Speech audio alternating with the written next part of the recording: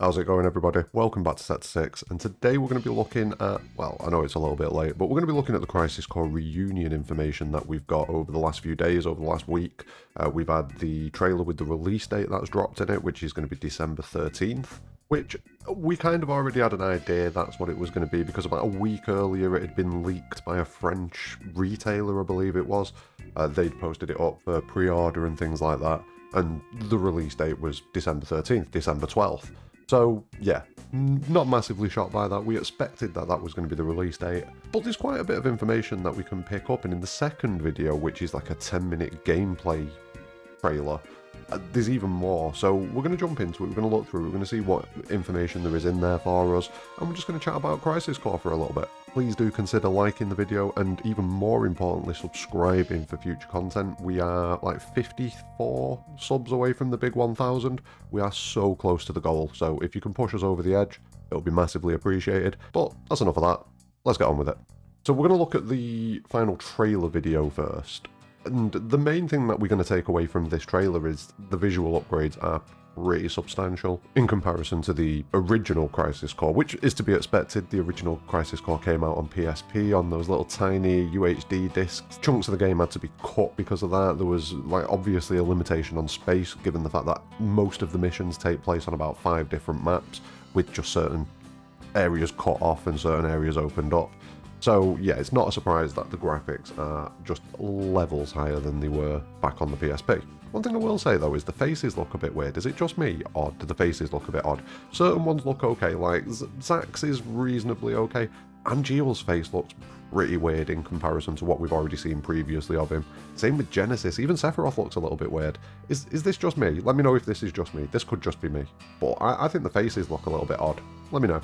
Now the other thing that is a little bit odd, and people have been quite vocal about it, is the state of the vocals, and I'm kind of torn on this one. Like, I do see the differences between the vocal direction in what we've seen of Crisis Core Reunion and the original Crisis Core. At the same time, I don't particularly blame the VAs for that. I kind of blame the dialogue in Crisis Core in general. In a lot of places, it is quite weird. You know, the dialogue is quite cumbersome and quite difficult to work with, I would assume. So yeah, I can see there's a few moments that sound a little bit weird. I can see why that is. Like I say, I don't really blame the voice actors. I kind of blame the scripting for Crisis Core in general. And you've got to remember, what we've heard is not the final edition. You know, we've still got 3 months until this game comes out. There's obviously going to be work still going on with it. They're going to be finalising things. They're going to be polishing things. We've barely heard anything. So let's see how this goes. They've got 3 months left to add polish and tweak things and re-record things if they really decide that they need to. Like, there's every chance that the audio that we've heard isn't even the final recordings that they're going to use. So yeah, I think people need to chill a little bit and just remember that the scripting and the dialogue of Crisis Core wasn't the best anyway.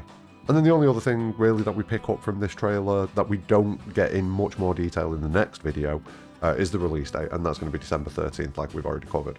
We already kind of knew that was going to be the case. It was going to be there or thereabouts, so not a massive shock there. But yeah, that's this trailer. It's pretty cool. You know, it's more of the same. There's nothing new in there from what I can see. I can't see anything that they've changed or added or anything like that. So yeah, there's nothing particularly of note. But when we move on to the next video, that's where we start seeing where a lot of the work has gone in to Crisis Core Reunion. Obviously they've upgraded the visuals, obviously they've redone the vocals, but they've definitely applied quite a few changes to the combat system as well. So this video focuses predominantly on the end of the Fort Tamlin section, which is very early on in the game, Chapter 1, and it focuses on the fight with Vajradhara, Wu, and Tai, which is the 2 big guys with the tomahawks and the axes. You know the ones, you know them boys. It focuses on that predominantly, and it goes through the fight, essentially, and watching through this, we can see a lot of the differences in the combat. So we're gonna touch on as much as possible. So the first thing, activating combat still lives. That's fine. I suppose we can live with that. That's not too bad. Now the very first thing that we see in the fight is the 2 enemies charge up their, you know, team attack, the twin tomahawk attack that they like to hit you with. And we can see this new box that pops up called Ability Power, and it's at 100%. And the game itself explains this to us right as the combat starts. It pops up this dialogue box where it explains that some enemies use special abilities in battle, When these abilities are activated, the enemy will enter a casting phase and an ability gauge will be displayed, which is that big box that we see with the 100% in it. You can lower the gauge by attacking the enemy, which in turn decreases the ability's impact, and if you reduce that down to 0 within the allotted time, it cancels the ability completely. So that's a pretty nice thing. I know that you can cancel enemy abilities in Crisis Core itself, but I like that it's kind of assigned this system to the bigger attacks so that you can, even if you can't cancel it, you can diminish the impact of it. I like that. That's a good addition. So we continue on through the combat and we see one of the things that is probably going to be the thing that makes most people happy about the combat in this game, and that is the fact that the DMW doesn't really intrude on combat anymore, nowhere near as much as it used to. Like, it used to intrude on combat repeatedly every single fight, and when it did intrude on combat, it took over. Like, it completely took over the screen. So that was something that initially you're like, oh yeah, this is cool, this is a nice little system. When you're 20 odd hours in, especially if you do all the missions as well, you're sick of it. You're absolutely sick of it. It pops up at weird times, and it seems like in Crisis Core Reunion that they've reduced the impact of the DMW on the actual flow of combat. Good 90%, 95%, like it near enough does not intrude on the flow. So as you can see, we get the 3 reels first where Zack levels up. Usually in Crisis Core, that would take over the whole screen, it'd spin the reels, you'd get the 3 sevens, you'd level up, and then you'd get your attack afterwards that had happened straight away immediately. This has been changed now, so the DMW just spins itself away in the top corner and does its own thing. The effect of it when it triggers pops up in like the bottom middle of the screen. As you can see here on this, you've got bonus 777 level up. Rather than taking over the full screen, it just kind of fluid pops up as you're going along. And then we see the DMW spin up again and it lands on 3 Angeals. Now previously in Crisis Core, that again would take over the whole screen. You'd see the reels spinning and it'd trigger the attack that you wanted to use immediately. And you'd have to watch the full attack and then you'd return to the combat. So it could easily stop combat for a good 10-15 seconds. How it goes down in Crisis Core Reunion is completely different. So the DMW will spin itself up in the top left hand corner, it'll land on the 3 Angeals, you will get a little dialogue that pops up, tells you that you've received a boost, so HP, MP, AP up, because you often, when you hit the DMW, you get breaks on your HP and your MP and your AP, so that pushes them over their max value, that kind of thing. And then on the right hand side, just above where the items are, you'll see that Rush Assault level 5 is there, so it's giving you the attack that you would have got anyway, but now you trigger it yourself using triangle. And now when you do trigger it, just like in the original, it opens up into like its own little cutscene. These cutscenes look much nicer than they did in the original game, by the way.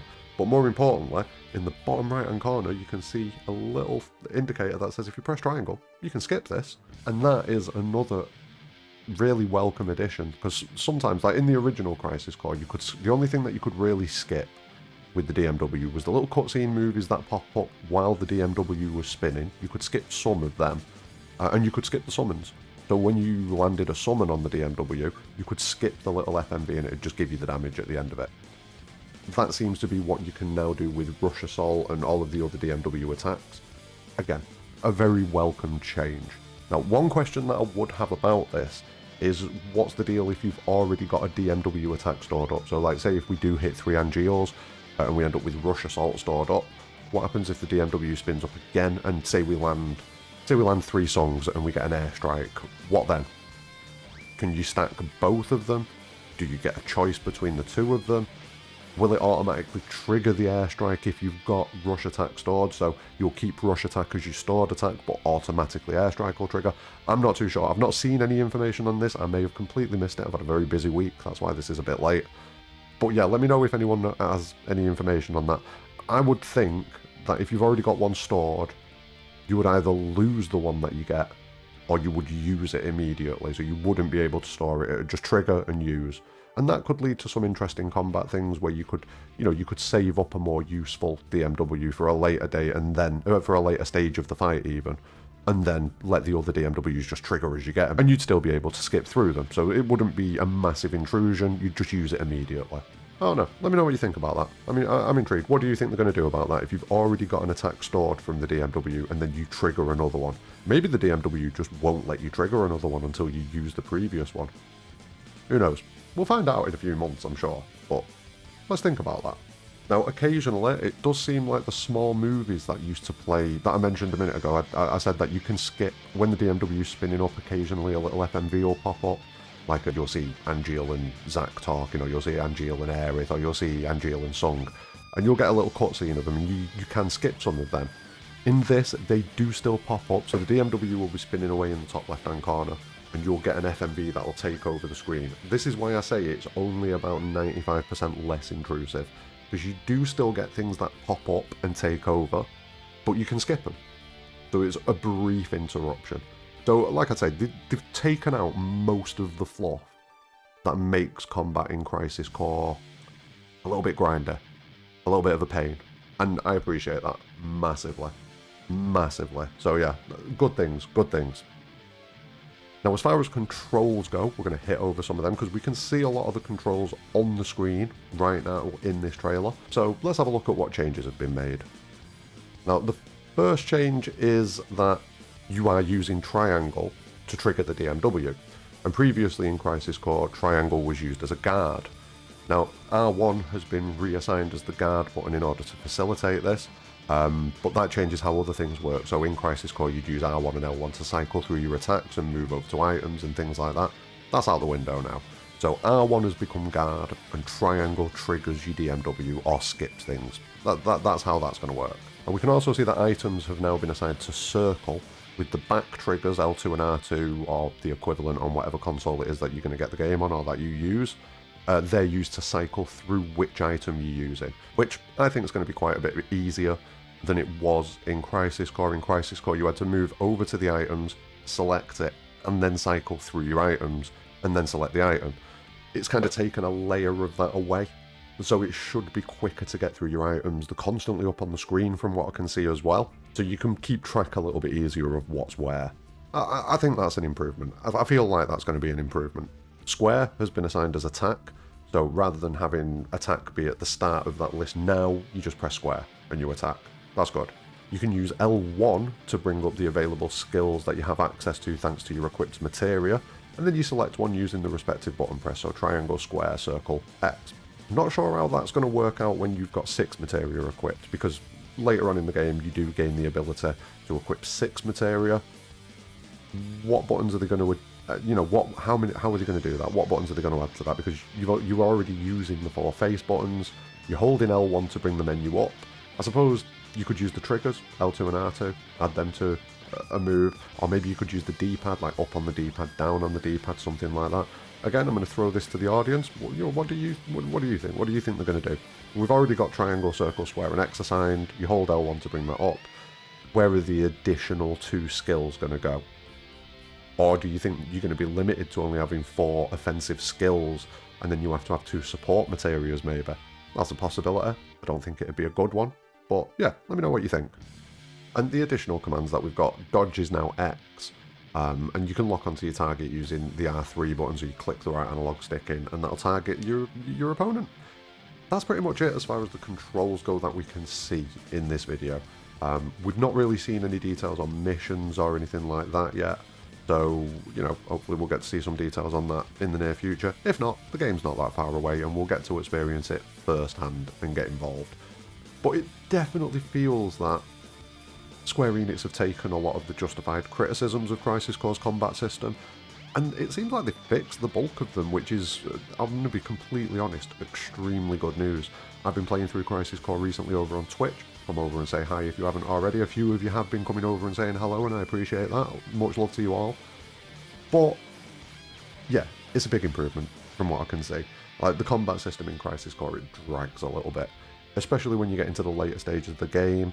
The DMW is a bit wild sometimes, triggering at the end of a fight when you've killed everything, and it definitely needed to be improved upon, and it definitely seems like Crisis Core Reunion improves on pretty much all of the problems that I had with, the actual systems in combat. It seems to have fixed the bulk of them for me, so I'm looking forward to it. It's obviously still going to be the same game. There's still going to be, like I said at the start, issues with the dialogue and things like that, because they're not going to change everything.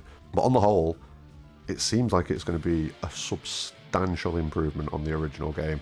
and it'll be a good opportunity for anyone who hasn't played Crisis Core before to actually give it a go now. I think you'll find the changes much more palatable than the original game if you weren't into it, because I know a lot of people who played the original Crisis Core and just checked out of it quite early, and a lot of that was due to the combat, the mechanics of it.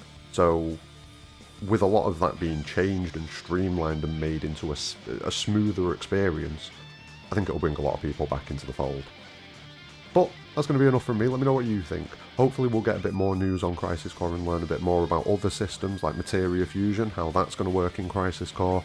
Hopefully it'll be similar. You shouldn't change it too much, but I'm hoping they upgrade it a little bit. Same with the missions. I hope they add a bit more variety as far as the missions go for like the areas that they take place in, because there's very little variety in Crisis Core. So yeah. But what about you? What are you looking forward to the most out of Crisis Core Reunion? Have you enjoyed these trailers? Do you like the gameplay footage that you've seen? Do you agree with me on what I've said about the, the combat mechanics and the improvements to it? Or do you have your own opinions? Let me know in the comments below. Don't forget, like and sub, get us to that 1k. But more importantly than anything, have a great day.